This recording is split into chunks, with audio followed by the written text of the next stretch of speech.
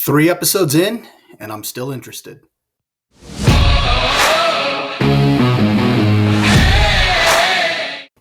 Hello, everyone. This is Bob from Was It Good?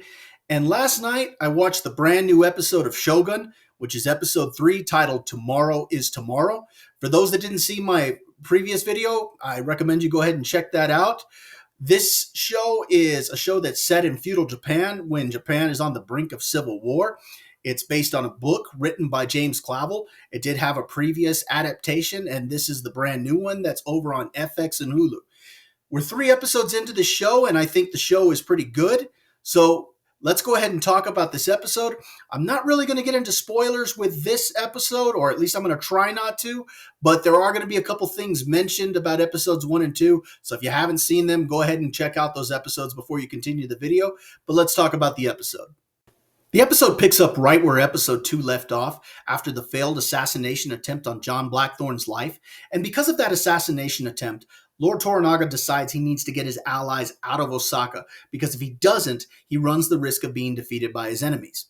In this episode, we see a little bit more political maneuvering by Lord Oshido, as well as the other members of the Council of Regents, specifically the ones that are Catholic. We see the influence of the Portuguese and the Catholic Church. We also see some political maneuvering by some of the supporting characters, and some of that I thought was kind of interesting. Overall, I thought this was a pretty good plot. There's also some good action sequences as they're trying to escape from Osaka. I thought some of those looked pretty good, especially some of the sword fights. But the part of this show that I think really sticks out are the character-driven performances. The actor who plays Lord Toranaga, I think, does a great job, and we find out a little bit more about Toranaga's character. We find out that he's a schemer, and it's fun to see his schemes put into action. And those schemes are actually what give this episode a little bit lighter tone. And we see what a cunning character he is. We also find out a little bit more about John Blackthorne, and it's also fun to see his reaction to these schemes being enacted. We find out the links that he'll go to in order to survive. He's also got some very fun character moments in this episode.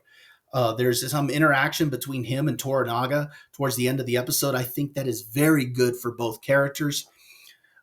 There's also an interaction between Blackthorne and Rodriguez, the pilot that he helped save in episode 1, that I think is kind of funny. And especially in the moment that it's happening, I think it adds some real a lighter tone to that scene, and it's actually fun to watch.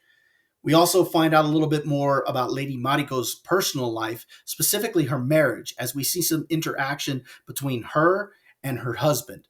And Blackthorne is also a little bit curious about her husband, and he asks her some questions, and it's her responses that give some insight into what their marriage must be like. Overall, it's the character moments that continue to make this show really good. Also, like I said in my first video, I think the fact that it's in Japanese as well as in English in 2 different languages, and you got that language barrier, I think continues to add authenticity to the show. The look of it is great. The character performances are good. Overall, I'm liking what I'm seeing. I'm really looking forward to episode 4. Like I said, I hope this doesn't fall off a cliff, but so far I'm getting a pretty good feeling about it, and I hope it stays that way. Now, if you've seen episode 3, I'd love to know what you think. Maybe you thought it was the worst episode that you've ever seen of television. Why don't you let me know about it? Go ahead and leave a comment in the comment section below. Maybe you liked it. I'd love to hear from you as well. Go ahead and leave your comments. If we disagree, that's okay. All I ask is when you leave a comment, let's not be disagreeable. If you like this video, go ahead and hit that like button, share the video, and subscribe to the channel, and we'll see you next time.